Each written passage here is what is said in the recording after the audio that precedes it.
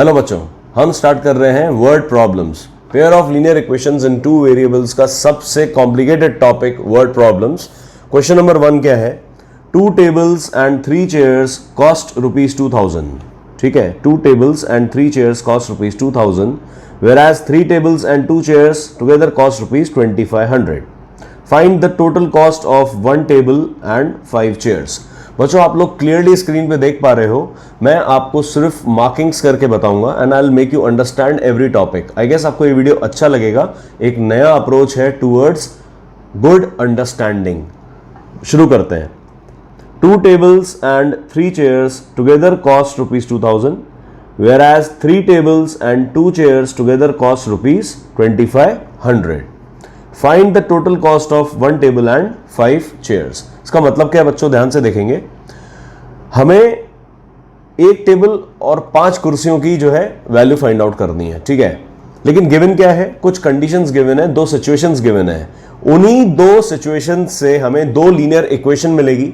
वही 2 linear equations को solve करके हम x और y की वैल्यू फाइंड आउट करेंगे। देखो कैसे। फर्स्ट केस लेते हैं। 2 tables and 3 chairs together cost rupees 2000। तो हमें सबसे पहले तो 1 टेबल और 1 चेयर की वैल्यू पता पड़नी चाहिए, कॉस्ट पता पड़नी चाहिए, उसके बाद ही हम कैलकुलेट कर पाएंगे। तो हम कहेंगे let the cost of 1 table equals to rupees x and the cost of 1 chair equals to rupees y। ऐसा क्यों किया? 1 टेबल और 1 चेयर का अगर हम कॉस्ट लेट कर लेंगे तो हमें 2 टेबल्स और 3 चेयर्स की कॉस्ट मिल जाएगी। अगर 1 टेबल की कॉस्ट बच्चों रुपीज x है, अगर 1 टेबल 10 रुपए में आता है तो 5 टेबल कितने रुपए में आएगी? सोच के देखो।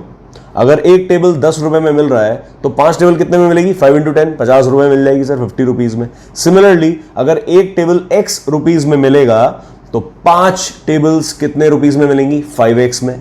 सिमिलरली अगर 1 टेबल x रुपीज में मिल रहा है तो 2 टेबल कितने में मिलेगा? 2x में। 1 चेयर अगर y रुपीज में मिल रही है तो 3 चेयर्स कितने में मिलेगी? 3y। देखो, 1 टेबल का कॉस्ट x लिया, 1 चेयर का कॉस्ट y ले लिया, तो total cost of 2 tables plus 3 chairs. सोच के देखो, 1 टेबल का कॉस्ट x है तो 2 टेबल्स का कॉस्ट देखो 2x होगा क्या? Yes sir. सिमिलरली 1 चेयर की कॉस्ट अगर y है तो क्या 3 चेयर की कॉस्ट 3y हो जाएगी क्या? Yes sir. तो हमने क्या किया सर? 2 टेबल्स और 3 चेयर्स, तो 2x और 3y उनको ऐड कर दिया, और ऐड करके जो टोटल कॉस्ट मिली हमें, total cost 2x plus 3y, वो किसके इक्वल आ गई? 2000 के, जो हमें गिवन है। सोच के देखो, यस और नो। आई गेस बच्चों आपको वीडियो समझ में आ रहा होगा। This is the best understanding method I guess. तो मुझे अच्छा लग रहा है, आप लोग को भी अच्छा लगेगा। कमेंट सेक्शन में जरूर बताना एंड ऑफ द वीडियो। तो हमने कहा सर 2 टेबल और 3 चेयर मतलब 2x plus 3y, total cost given है 2000, तो हमने 2000 से इक्वेट करके इक्वेशन नंबर 1 फाइंड आउट कर ली, है कि नहीं? सिमिलरली हमने क्या कहा बच्चों? सेकेंड स्टेटमेंट जो गिवन है, where as 3 tables and 2 chairs, 3 tables and 2 chairs cost rupees 2500 इसकी टोटल कॉस्ट है। तो हमने क्या कहा? फर्स्ट केस जैसे हमने यहां से सॉल्व किया था, सेकंड केस हमको ये गिवन है 3 tables and 2 chairs, मतलब 1 टेबल की कॉस्ट अगर x है तो 3 टेबल की कॉस्ट कितनी होगी? 3x। ये ले लिया सर हमने 3x।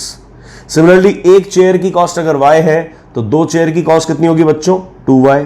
तो 3x प्लस 2y दोनों ऐड कर दिया तो क्या टोटल कॉस्ट मिल जाएगा क्या? सोच के देखेंगे। अगर 3x प्लस 2y कर दिया तो टोटल कॉस्ट मिल जाएगा, और टोटल कॉस्ट कितना गिवन है? 2500। तो 2500 हमने यहां पर इक्वेट कर दिया। तो हमको दूसरी इक्वेशन भी इस फॉर्म में मिल गई, 3x plus 2y equal to 2500। तो बच्चों हमारे पास 2 इक्वेशंस का फॉर्मेट आ चुका है। This is equation number 1, this is equation number 2। इन दोनों इक्वेशंस को हम क्या करेंगे? हम सिंपली इन दोनों इक्वेशंस को सॉल्व कर लेंगे और हमारा आंसर x और y में आ जाएगा। देखते हैं कैसे। हमने दोनों इक्वेशंस को बच्चों लिख लिया है, 2x plus 3y equal to 2000 and 3x plus 2y equal to 2500। हमने क्या किया बच्चों? हमने सिंपली इन दोनों इक्वेशन को सॉल्व किया। एलिमिनेशन से करो, सब्स्टिट्यूशन से करो, तुम जिसमें कंफर्टेबल हो उससे करो। लेकिन मुझे अच्छा लगता है एलिमिनेशन। मुझे अच्छा लगता है फटाफट इस तरीके से मैं मल्टीप्लाई कर दूं और दोनों को सेम बना लूं और सब्ट्रैक्ट करके खत्म कर दूं। मुझे ये अच्छा लगता है, ठीक है। तो और आई गेस ये इजी भी है, सबसे इजी मेथड एलिमिनेशन ही है। चलो, सो 2x और 3y। अब देखो 2x और यहां पर है 3x। ऊपर वाले 2x को मैं किससे मल्टीप्लाई करूं और नीचे वाले 3x को मैं किससे मल्टीप्लाई करूं कि दोनों सेम नंबर बन जाए? तो 2 और 3 का एलसीएम, 2 और 3 का एलसीएम क्या होता है बच्चों? LCM equal to 6। तो मुझे 2 को 3 से मल्टीप्लाई करना है और 3 को 2 से मल्टीप्लाई करना है। Very easy. सिमिलरली जो ऊपर वाला 2 था इसको मैंने पूरी इक्वेशन को 3 से मल्टीप्लाई कर दिया, नीचे 3x है इसलिए मैंने पूरी इक्वेशन को 2 से मल्टीप्लाई कर दिया और मेरा फाइनल क्या आ गया। फर्स्ट इक्वेशन देखो ध्यान से, अगर 3 से मल्टीप्लाई किया है तो 3 इंटू 2 6x और 3 इंटू 3 ये आ गया 9y और 3 इंटू 2000 ये आ गया 6000।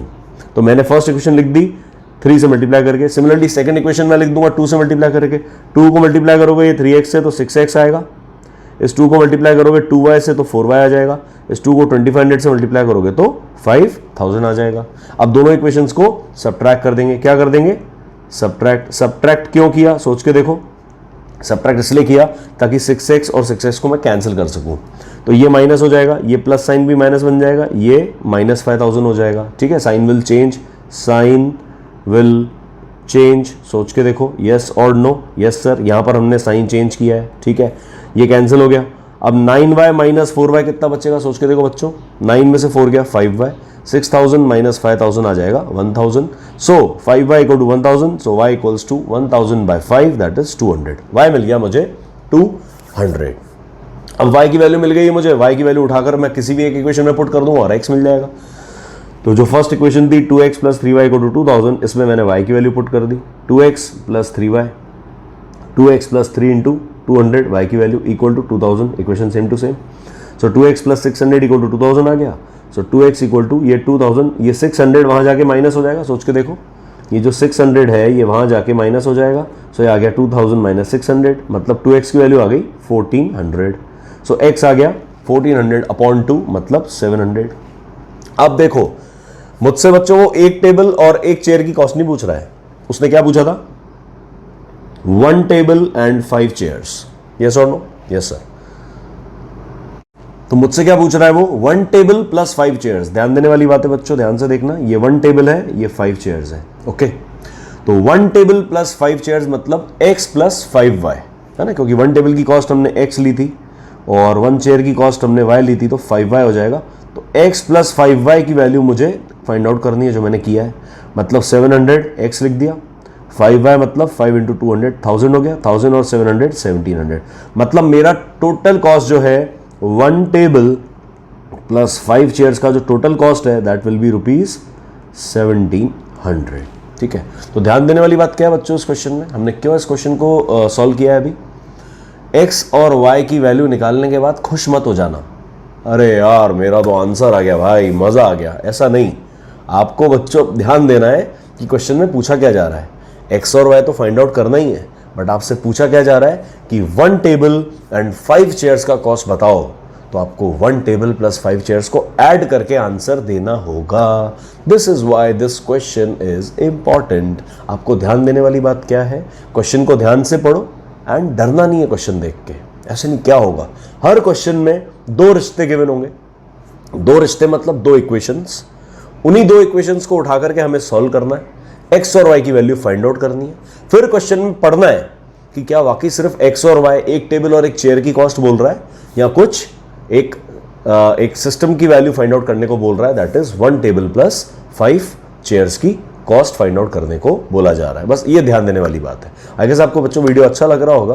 वीडियो अच्छा लगा तो फटाफट से चैनल को सब्सक्राइब कर दो and do press the bell icon